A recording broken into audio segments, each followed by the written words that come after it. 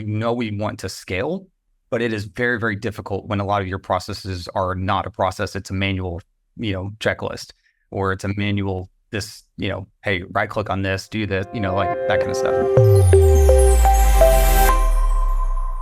Welcome back to another installment of the Next Gen Case Study Series. On this episode today, we have Evan Huff, who is the CEO and co-founder of Vested Networks, a company dedicated to revolutionizing the telecommunications industry with integrity and transparency. Evan's vision and leadership have driven Vested Networks to achieve remarkable growth and customer satisfaction, making it a standout in providing customer-tailored voice-over IP solutions, which is why we're excited to have him on. Evan, welcome to the program. Thank you so much for having me. It's a pleasure to be here. Yeah, I'm particularly excited to get into some of the stuff that you guys are working on right now. But before we jump into that, I'd love to get a kind of a Cole's Notes version of who you are, where you came from, and how you ended up as the CEO and co-founder of Vested Networks. Well, I'm a North Texas boy, born and raised. Grew up here in the DFW area, actually a little town of called Decatur, and actually even smaller than that, Paradise. And so, yeah, it's funny. It always, like, hey, I'm going to go home to Paradise. And, so it always kind of became a fun thing. But, grew out here in the country and, four-wheelers and all that kind of stuff. So it's just been a great growing up time. And then, I've always been interested in technology. Yeah, even from my church and school, and everybody's just always, hey, Evan's the IT guy. And so, went off to film and television school, and realized real fast after I got out of that and went into the industry. Little plug here, Hannah Montana, the Best of Both Worlds tour in 2007 was my first professional gig. So yeah, right out of the chute, and I'm making, $75K a year. It was a great gig, and then realized real fast that is not what I wanted to do. So, transition, went over, worked at Starbucks for a little bit, and then also worked at Apple and the retail stores. And that taught me a lot about what good customer service looks like.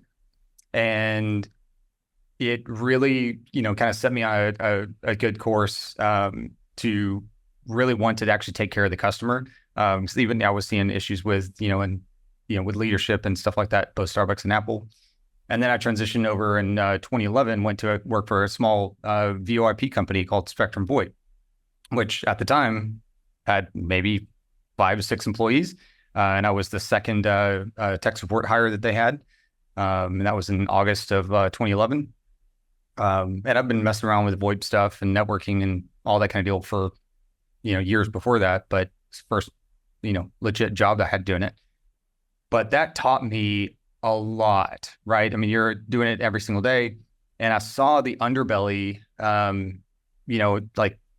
always been, I'm a believer and, follow Christ. And so I've always been kind of an idea that, you treat people how you want to be treated, right? Treat them well and they'll treat you well. And, also think about how think about what's best for them, and actually lead them and work with them through it. So I was on the tech desk for them for about 2 years, and then moved out into the field. And so I was actually doing installs and, the field services and all that kind of stuff for about another 4 before I was let go from there. And that really taught me, I was ripping out networks, putting in phones, putting in new networks, interfacing with a new customer every single day, running cabling, interfacing with IT guys and, business owners and, office managers. So, I really took a lot of those learnings over those 6 years and said, hey, there's a better way to do this. And I want to make sure that customers are taken care of. These are business phones for one. This isn't just, email sometimes, can work, or, it's kind of an ancillary service that, hopefully it works, hopefully it doesn't. No, business phone needs to work, and it needs to work reliably all the time, regardless of what's going on. And if, hey, the power's out, internet's out, whatever, how can you get those calls to the person? And there's ways to do it. And it's really complicated, but it doesn't have to be for the customer. And so that's really why I looked at my wife one day and I said, hey, we can do this. And we can do this in a way that for one, glorifies the Lord, but also takes care of the person and takes care of the business. And, so now we service, critical government facilities, we service hospitals, and then of course all the, regular businesses, that are around you. So, our whole number one thing is just take care of the customer, integrity, transparency, and it will pay off. So yeah, that's a long and short of it. Started the business in 2016. Actually got, was doing some cabling on the side, and then went full-time January 1st of 2018. So, and then from that point, we now have over 1,200 business customers and a team of over 20 people now. So yeah. Wow, man. Flowers while you're here. That's incredible work to be able to take an idea or this fleeting moment in time where the opportunity presents itself, and then for you to build it into the place that it is. You're creating jobs and changing the way businesses interact. I think that's very admirable. Um, when you were talking, there was one thing that kind of stood out to me about your experience, particularly Apple and Starbucks, and how customer service has kind of shaped the way that you approached all of this. I'm curious how you implemented it, like real, tangible, actionable stuff. The better way to do this part of what you mentioned in terms of how you want to interact with your customers. Yeah. So really where a lot of the crux of a lot of this came from was, when you go to Starbucks, right, there's a certain idea and an aura that you get, right? You get the smell of the coffee, you get the barista saying, "Hey, how's it going? How can I help you?" Right? They're just extremely friendly, wanting to help. You get your drink and you're on your way. But that's a memorable experience that you have touching them. And then you take that and go to Apple, and they're even just the retail stores. And one of the things that has always confused me about the way that Apple runs their retail stores is that, yes, everything's laid out really nice, really, where you can just get your hands on everything, and everything's beautiful, stone and wood and, all this kind of stuff. I don't know if anyone's ever actually been to one and tried to, say, get help or get service, especially from from their Genius Bar or their family room, for trainings, all that kind of stuff. It can be a madhouse.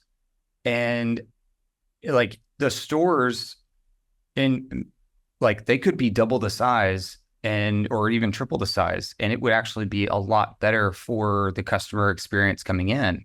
I mean, I was there, I worked at the Fort Worth location, which is, just, I guess the only one in Fort Worth after University Park. And there were so many people that were in that store at any given time. You were bumping into people, breathing each other's air, and there was never enough appointments. And I brought this up to management several times. I'm like, why don't we just expand? Like, there's got to be ways to do this. Like, there's got to be ways to take care of the customer here that don't require people like moms with crying kids pulling out their hair, trying to figure out, like, I just need to get my phone fixed because I cracked my screen. This is back in the days of the iPhone 3G, iPhone 4 was coming out. So I'm dating myself here, but that experience really stuck with me. And the only 1-star review that I guess that they kept bringing up to me was this one lady came in, again, stressed, pulling out her hair, had 3 kids, and one of them was a newborn, crying, going crazy. And I knew what was going on. So I just told her, I said, "Hey, let me just take your phone. You go out, take care of your kids. When you come back, give me 45 minutes. I'll have your phone done." And, because she couldn't figure out what to do, I said, "Hey, just give it to me. You go out there, take, go down to Minchie's, get some, frozen yogurt, take care of the kiddos, and you come back here in about 45 minutes and I'll have your phone done for you." And she goes, "Are you serious?" I said, "Yeah." I thought, "Just do it." I said, "That's customer service, because you're taking care of somebody that needs it." And, I take that and try to translate it over into our support desk and our sales process and, in dealing with businesses and in the install. Think beyond or like one of the things I train my team is to think outside and think beyond what the customer's saying their immediate needs are. We're a solutions focused company. So what does that look like? If customers calling in saying that they have an issue with whatever, how can yes, I may be able to turn on an option or maybe able to configure something for them, but is there something bigger? Think further down the road. Is there something else that we can do? Do I need to set up a follow-up? And then talk to them when they're not so stressed out when they're calling in about, hey, there's a better way to set up your call routing here that will serve you in a better way, right? You can be able to take more calls. You can be able to facilitate things better, however that works. And that's really what I've tried to instill in my team is, again, the customer comes first. The customer's not always right. We're here to help and support them. They don't know phone. They would just want it to work. So let's work with them to figure out what the best solution is for them. And that's really, it's kind of taking that fiduciary role of, don't point the finger, what's best for them, and then implementing it. And again, being that advocate that's right alongside of the customer all the time. And I've customers from all the way back in the day when I first started, and they still call and say, hey Evan, thanks for taking care of us, and we'll be customers of yours for life. And it's just, again, because like they know if anything's wrong, they can call. I will take care of it no matter what it takes in order to make sure that they're taken care of. So yeah, that's a big one. It's a hard thing. It's a hard thing to establish that trust on as deep as a level as you've kind of outlined there. I personally would attribute a lot of that to the customer experience and how well that's mapped out and how well you address any friction along the way. And then, like you said, all the way till the very end, like now this is an ongoing client that we have to maintain this relationship with. It's not just, hey, we made a sale and now we have some money. We got to really be in there in the thick of it, getting dirty with everyone. So, Evan, what does that customer experience look like from discovery to deal for you guys? Yeah, so we normally take them from, trying to figure out kind of what it is, right? We work actually with a lot of partners as well. So, we used to do cold calls, to directly to businesses, and, the industry has changed dramatically in the last 6 years. And so there's a whole bunch of other wood companies that have popped up. And so it's just become a saturated market, literally across the US and even overseas. So, most of the new clients that we're bringing in are actually through a lot of our partners. So we've actually partnered with IT companies. And so what that has allowed is that, there's already kind of that warm handoff. And so we're coming in and saying, okay, so what is it that you're needing, right? Do you already have phone service? Are you a new company? If you already have service, what system do you have? So we're asking a whole bunch of these questions to make sure that we know what it is that they need. And then we're also then, kind of tailoring the solution for them. So it's it's an a la carte, but all inclusive solution. So simplify the billing. And that's one of the things we talk about in the initials. We can simplify the billing for you. There's just every single user has their own, cost. There's no additional cost for additional numbers. There's no cost for call recording. It's all included. This is the system, all the different little features that we have, and all of it's just there. So your costs are fixed. So that's a huge benefit, especially for accounting and for any of the multi-location, businesses. So that's one. We're talking, all those levels, and then once we get them the proposal. We walk them through that. So when I send a customer a proposal, when my sales team sends it over, we call the customer and actually walk them through what it is that they're looking at. Because I don't know about you, but a lot of times I get an email or I get a proposal and I'm skimming, right? I skim over a couple little details and I may miss like the most important piece. And so, again, we try to make it as painfully obvious as we can. This is what the term is, this is what you're pricing, this is what you're getting, but most people still miss it. And so we try to make that very, very clear, walk them through what it is, and then ask them the questions. So do you understand this is everything? And yeah, this is what it is. Okay, got it. So, and then we're also communicating with the partner the whole time, right? The IT guy or the channel, whatever that looks like. And so once they sign the docs, I send over the bill copy for their current provider. We move everything over, or we're, that gets kind of the process started. But the interesting thing, and that I think this is what really sets us apart from the competition too, is we don't lock the contract down, and that proposal that gets signed does not actually start anything of a monetary value.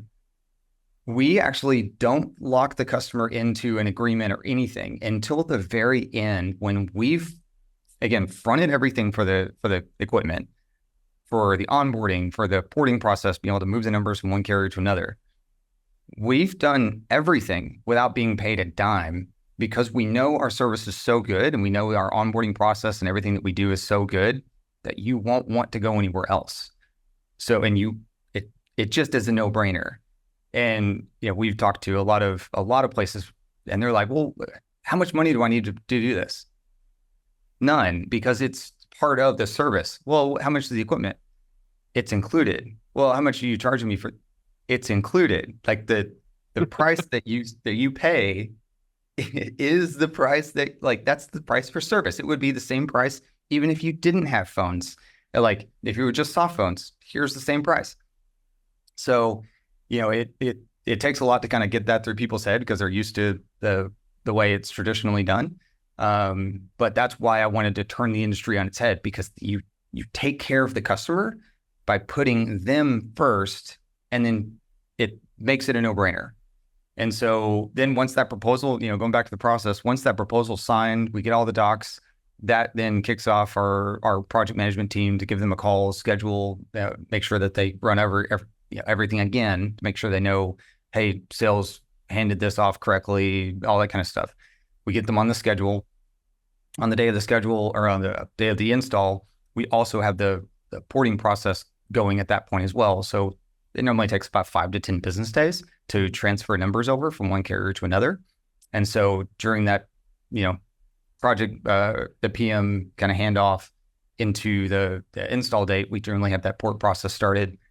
And then we arrive on site. We do an on-site install for all of our customers, because we know the phone, and we also, again, work with the partners as well, but we'll assist them and be alongside of them, take care of everything that's there. And then, we do the install, do the training, we, test everything, make sure it's all working the way it's supposed to. And then we'll also, after the install, because the customer's up and running too, by the time we leave, they're up and running using the new system. So that's the thing, is we don't just go in, set up phones, and then leave. And they're still using the old system, and then maybe later, we come back, whatever it is. No, we want to make sure that everything is done when we leave, so we can train while we're there. And so we can also set up additional training later on. It's, however we want to do it, or however the customer needs it done. But then as soon as the install's done, they're trained, or as many people as we can get trained.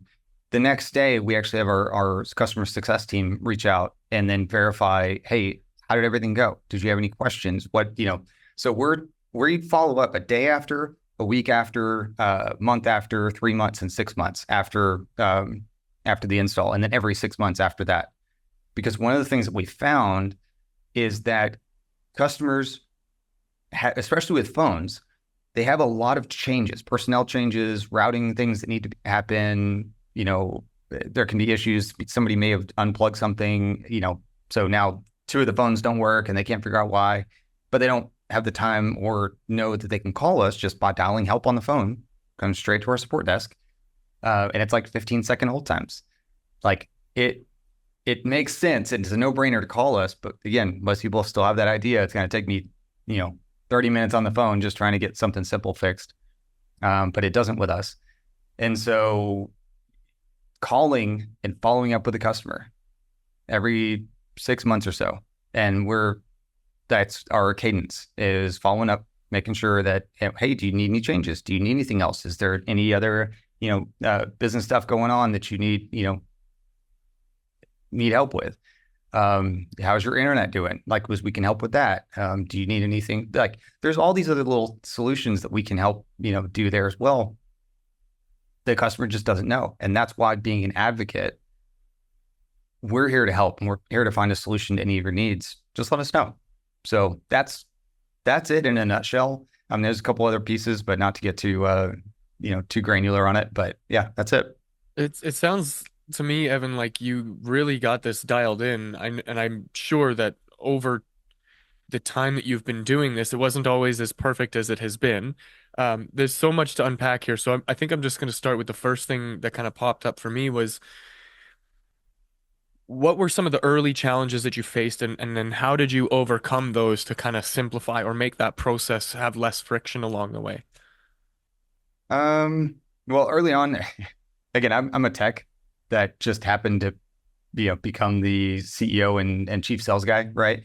So it was learning how to simplify my message, and how to talk about what I was actually presenting, right? I didn't ever think that I was selling. I was just like, I just think this is a great solution here. What do you think?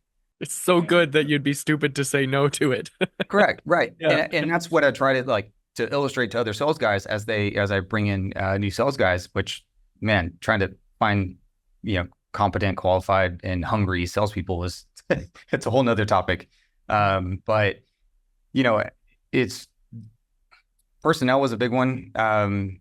Understanding, how to work with people in this new dynamic, right? So I'm the CEO, but I'm also the chief tech and sales and everything else. And so I also know how to do everything from, soup to nuts.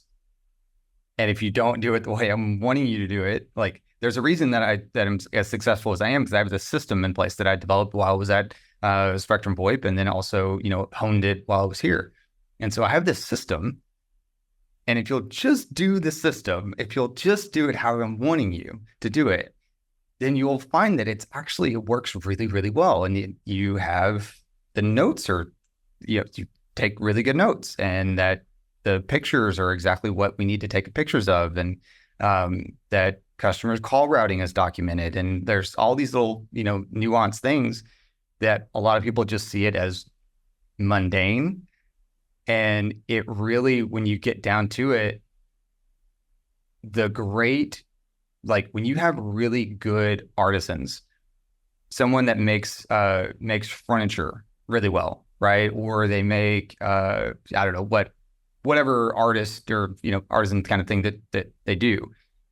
What makes the difference between someone that can make a really, really solid product and someone that can just throw something together is the fine attention to the details. And when you're talking about business communications, the devil's in the details.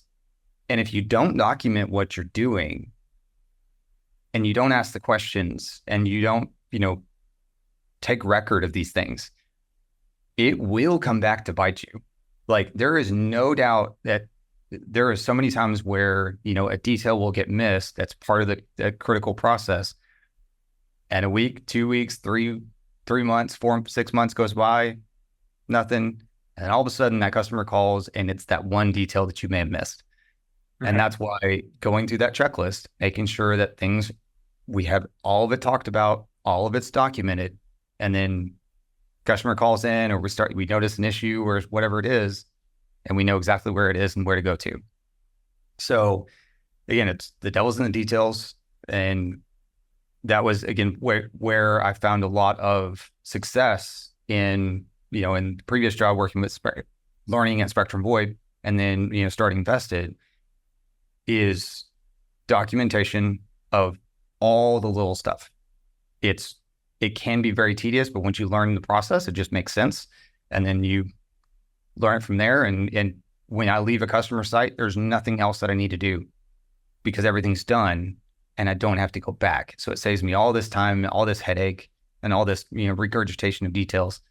And also my team can literally look at the notes and go, oh, that's what he did. That's what it meant. That's like, it sets them up for success as well. So yeah, there's a lot there, but a lot of it's just pay attention to details. Yeah, it, having a system in place that is easy to follow helps make the team more efficient. It helps the customer in the end get what they need because all of the checks and balances are in place. So having that is super powerful. I'm curious, outside of the process itself, are there any tools or types of technology that you're leveraging right now to help kind of keep things in line, or is this a very manual process for you and your team? You know, you're talking about my thorn in the flesh right now. Um, Truthfully, that has actually been one of the hardest things to identify is a way to simplify a lot of this because I'm not a coder, right? Like I don't have a software development background. I in many ways wish my half-life other self did, and I just pick it up, and or I had like a friend that could just whip stuff up together, right?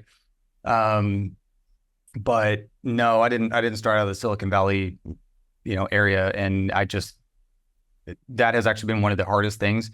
We've tried out several different CRMs. We've tried out several different methods, and what a lot of it comes down to is it's just a manual process, which again is a real barrier to scaling. And that's one of the things that my leadership team and I have really focused on over this past 6 months to a year, because we know we want to scale, but it is very, very difficult when a lot of your processes are not a process. It's a manual, checklist, or Right. it's a manual, hey, right click on this, do this, like that kind of stuff.